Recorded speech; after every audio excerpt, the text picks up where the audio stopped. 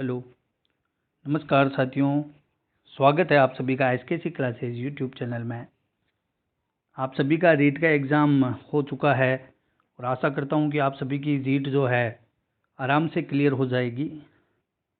बात करें पेपर के लेवल की, तो विवेक आधारित जो क्वेश्चंस बताए थे स्टूडेंट्स ने, उनके आधार पे पेपर ना तो इजी था और ना ही हार्ड था।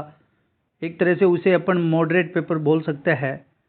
और सही मायने में अगर देखा जाए तो मॉडरेट टू हार्ड पेपर का जो है लेवल था, ठीक है। और 2-3 सवाल जो सभी स्टूडेंट्स के कॉमन से हैं, उन सभी सवालों के जवाब देने की कोशिश करूंगा। देखिएगा, बने रहिए क्लास में आखिरी तक। आप सभी के सवाल हैं। सबसे पहला सवाल, बहुत सारे स्टूडेंट्स के मैसेज कॉल्स आ रहे थे और पहला ही सवाल जो पूछा जा रहा है वो है कि पेपर कब तक मिलेगा। यानी कि इस बार माध्यमिक शिक्षा बोर्ड ने आप सबका एग्ज़ाम कंडक्ट करवाया, लेकिन आप सभी को जो है पेपर नहीं दिया था और एक आपके ओमार सीट की कॉपी दी थी, जो स्टूडेंट्स कॉपी होती है। उसके अलावा आपका जो पेपर है वो वापस ले लिया गया माध्यमिक शिक्षा बोर्ड द्वारा।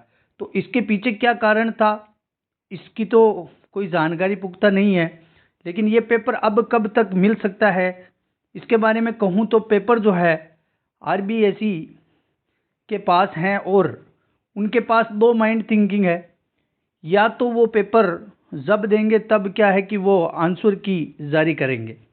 पहला चांसेस तो यह है कि आंसर की जब जारी करेंगे उसी के साथ उसका पेपर फॉर्मेट देंगे। जिस तरह से सीईटी का जो आंसर की आया था उसके साथ कॉमनली जो उसका पेपर दिया गया था, उसी प्रकार से दिया जा सकता है।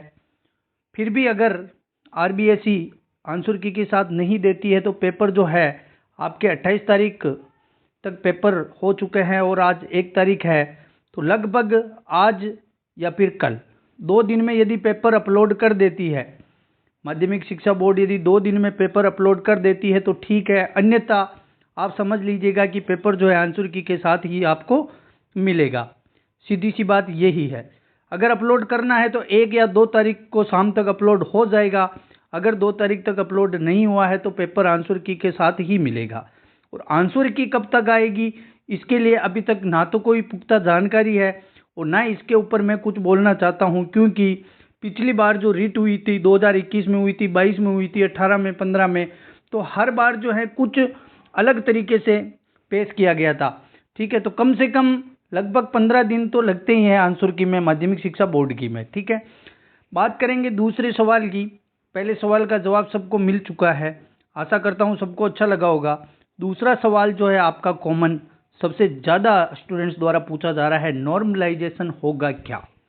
तो देखिए, इस बिंदु पे बात करूं तो आपके जो पेपर हैं फर्स्ट, सेकंड और थर्ड शिफ्ट, 3 शिफ्ट में आपका पेपर हुआ था, ठीक है। बात करें पहले शिफ्ट की, फर्स्ट शिफ्ट का जो पेपर था वो था आपके बीएसटीसी वालों का L1 का, ठीक है। L1 का पेपर जो है वो आपके फर्स्ट शिफ्ट के अंतर्गत हुआ था, ठीक है।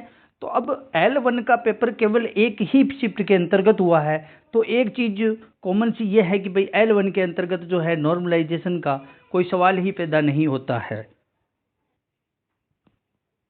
तो L1 में स्पष्ट है कि L1 का जो है नॉर्मलाइजेशन नहीं होगा, ठीक है। L1 में नहीं होगा, इस चीज़ को आप ध्यान रख लेना। N1 वाले जिसके जितने क्वेश्चन सही है वही चीज़ रहेगी, नॉर्मलाइजेशन नहीं होगा। बात करते हैं सेकंड शिफ्ट और थर्ड शिफ्ट, इन दोनों की बात करते हैं, ठीक है।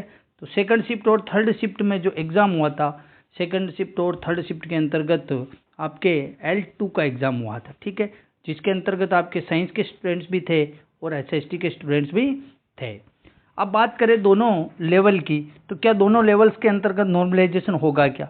यदि प्रक्रिया देखा जाए, यदि दोनों पेपर समथिंग समथिंग, दोनों का जो लेवल अगर समथिंग समथिंग था, माना कि जैसे उसका लेवल जैसे 70% हार्ड था, ठीक है, सेकंड पारी का, और थर्ड पारी का यदि 72%, यानी कि मैचेज अगर देखा जाए ज़्यादा अगर अंतर नहीं है, 2 से 3% के अंतर में तो आपके नॉर्मलाइजेशन नहीं होता है। और फिर भी देखा जाए, और वो किस चीज़ पे देखा जाता है, नॉर्मलाइजेशन कैसा होता है, नॉर्मलाइजेशन इस बेस पे होता है कि एवरेज जो स्कोर है स्टूडेंट्स के कितना आ रहा है, ठीक है। यानी कि 150 पेपर का है, ठीक है ना, 150 नंबर्स का जो पेपर है, इसके अंतर्गत स्टूडेंट्स के एवरेज नंबर कितने आ रहे। एवरेज बोले तो कि मतलब 50% स्टूडेंट्स, या मतलब उनका जितने स्टूडेंट्स के किसी के 149 आ गए और किसी के 3 नंबर आए, किसी के 50 नंबर आए, ठीक है। तो इन सब स्टूडेंट्स के अंतर्गत जो उनका औसत निकाला जाएगा उसे एवरेज स्कोर बोला जाएगा, और उस एवरेज स्कोर को देखा जाएगा कि सेकंड शिफ्ट का एवरेज स्कोर जैसे माना कि 88 आया और थर्ड शिफ्ट का जो एवरेज स्कोर है वो 95 आया, तो इस स्थिति के अंदर एक फॉर्मूला लगता है नॉर्मलाइजेशन का। वो आरबीएसई क्या फॉर्मूला तय करती है और अपने उस फॉर्मूले के बेस पे जो है नॉर्मलाइजेशन होता है। हाँ, और सेकंड और थर्ड पारी के बात करें लेवल की, तो दोनों पेपर्स के लेवल में काफ़ी डिफरेंस था, ऐसा स्टूडेंट्स बता रहे थे। क्योंकि अभी पेपर देखने को हमको नहीं मिला है, स्टूडेंट्स जो विवेक आधारित जो अपने को क्वेश्चंस बता रहे थे उस बेस पे कह सकते हैं कि दोनों पेपरों का जो लेवल है कुछ डिफरेंट था, ठीक है। बात करते हैं तीसरे पॉइंट की। तीसरा पॉइंट जो है सबसे अहम और इम्पोर्टेंट है कि कौन सी शिफ्ट के नंबर बढ़ेंगे। अब सेकंड शिफ्ट और थर्ड शिफ्ट, अब दोनों स्टूडेंट्स जो है काफ़ी कंफ्यूज है कि एक शिफ्ट वाला तो सोच रहा है कि मेरे नंबर बढ़ेंगे और दूसरी शिफ्ट वाला भी सोच रहा है कि मेरे नंबर बढ़ेंगे। तो एक चीज़ आप ध्यान रखना, यदि एक शिफ्ट के जो नंबर बढ़ रहे हैं ना तो दूसरी शिफ्ट के नंबर घटेंगे, इस चीज़ को भी आप ध्यान में रख लेना, ठीक है। माना कि आपके 90 नंबर जो हैं आपके क्लियरता पात्रता के अंतर्गत रखे हैं और आपके 90 नंबर आ गए, और नॉर्मलाइजेशन के अंतर्गत आपके यदि 3 नंबर कम हो गए, 87 रह गए, तो आप पात्र नहीं माने जाओगे। इस चीज़ को आप ध्यान रखना, ठीक है, ये होगा। अब कौन सी शिफ्ट हार्ड थी। हार्ड शिफ्ट की बात करें, सभी पेपर्स का हार्ड शिफ्ट के अंतर्गत तय कैसे किया जाता है। तय इसे ऐसे किया जाता है कि पहले साइकोलॉजी है, फिर दूसरा आपके लैंग्वेज थी, लैंग्वेज फर्स्ट, फिर थर्ड में था लैंग्वेज सेकंड, और फिर थी आपके एसएसटी और साइंस, ठीक है। तो इन चारों के लेवल को देखा जाएगा, न कि एक लेवल को, ठीक है। अगर देखा जाए साइकोलॉजी को, तो साइकोलॉजी जो है आपके सेकंड शिफ्ट के अंतर्गत, साइकोलॉजी के अंतर्गत फैक्ट आधारित क्वेश्चंस कुछ ज़्यादा पूछे गए थे, ठीक है, ऐसा स्टूडेंट्स बता रहे थे। और थर्ड शिफ्ट की बात करें तो थर्ड शिफ्ट में जो है अप्लाइड क्वेश्चंस, मेमोरी आधारित, विवेक आधारित क्वेश्चंस कुछ ज़्यादा पूछे गए थे, ठीक है। अप्लाइड क्वेश्चंस जो है उसके अंतर्गत ज़्यादा पूछे गए।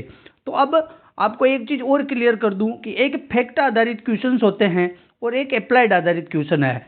तो अप्लाइड आधारित वाला पेपर हार्ड होता है या फैक्ट वाला होता है। देखिए, देखा जाए तो अप्लाइड वाला जो पेपर होता है वो थोड़ा इजी होता है, ठीक है, उसके अंतर्गत अपने विवेक से आंसर दिया जा सकता है। और फैक्ट क्वेश्चन जो होते हैं ना, उसके अंतर्गत होता है कि यदि आपको क्वेश्चन का आंसर पता है तो ही आप आंसर दे सकोगे, अदरवाइज उसका आंसर नहीं दे सकते हैं, ठीक है। तो जिसके अंतर्गत फैक्ट क्वेश्चन आए ना, तो उसका तो क्या है कि जो है स्तर थोड़ा सा कम रहेगा, ठीक है।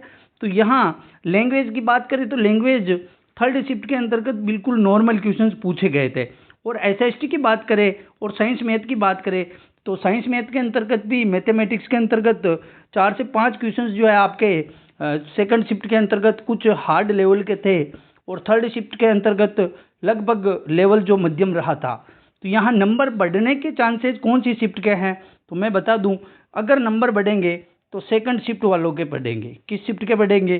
सेकंड शिफ्ट वालों के नंबर बढ़ेंगे। अब आपके मन में एक सवाल और आ रहा होगा कि नंबर बढ़ेंगे तो कितने नंबर बढ़ेंगे, ठीक है। तो ये नंबर तो जो नॉर्मलाइजेशन का फॉर्मूला होगा उसके आधार पर ही बढ़ेंगे। यानी कि हो सकता है 3 से 4 नंबर बढ़ जाए, हो सकता है 5 से 6 नंबर बढ़ जाए, लेकिन ये कतई मत सोचना कि 7 और 8 ये सबसे अधिक स्कोर रहेगा। अगर नंबर बढ़ेंगे तो 7 से 8 नंबर बढ़ेंगे, इससे ज़्यादा बढ़ने के कोई चांसेस नहीं है। और अगर 8 नंबर सेकंड शिफ्ट वालों के बढ़ रहे हैं, किसी एक स्टूडेंट के यदि बढ़ा और एवरेज स्कोर से उसका कम था, 8 उसके बढ़ गए, ठीक है, और एक शिफ्ट जिसका आसान था उसके अंतर्गत एवरेज स्कोर के उसके थोड़ा सा स्कोर ज़्यादा था, जितना इसके कम था उतना उसके ज़्यादा हुआ, तो उसके 8 क्वेश्चन यानी कि 8 नंबर उसके कम हो जाएंगे। तो ये इसका आधार रहेगा। तो नॉर्मलाइजेशन होगा। और आपको साइकोलॉजी के सभी पेपरों का जो विश्लेषण है, पेपर यदि पहले दे दिए जाते हैं तो आपका विश्लेषण करवा दिया जाएगा, और पेपर यदि नहीं मिलते हैं तो सीधा आंसर की से मैच करवा लेंगे, और उसके बाद में जो है आप कौन से क्वेश्चंस में कोई डाउट है यदि 1 से 2 ऑप्शन सही निकल रहे हैं, अप्लाइड क्वेश्चंस में अधिकांश ऐसा ही होता है, तो उसके आपको रीट लगाने के लिए आपको कुछ प्रूफ्स जो है वो मैं टेलीग्राम चैनल पे डाल दूंगा। आप टेलीग्राम को ज्वाइन कर लीजिएगा और अपने रीट मेंस की जो क्लास है वो कंटिन्यू 5 जो मार्च है वहाँ से स्टार्ट हो जाएगी। तब तक आप अपने टेलीग्राम चैनल को फॉलो कर लीजिएगा और अपने चैनल को फॉलो करके रखिएगा। यूट्यूब वाले को फ्री ऑफ कॉस्ट आपके सारी साइकोलॉजी की क्लासें रहेगी फ्री ऑफ कॉस्ट, और टेस्ट सीरीज भी अभी से ही स्टार्ट हो जाएगी 5 तारीख से, ठीक है। और बाकी एक आपके जीके का पोर्शन जो राजस्थान जीके है उसके अंतर्गत बिल्कुल NCERT बेस पे टेस्ट सीरीज स्टार्ट की जाएगी, ठीक है। तो आप हमारे चैनल पर यदि कोई भी स्टूडेंट नया है तो एक बार चैनल को सब्सक्राइब ज़रूर करें और डिस्क्रिप्शन में जाके हमारे टेलीग्राम चैनल को ज्वाइन करें। वहाँ पे आपको जो है सबसे पहले जानकारी दी जाती है, ठीक है दोस्तों। तो मिलते हैं अगली वाली क्लास में, तब तक के लिए आप सभी का बहुत बहुत धन्यवाद।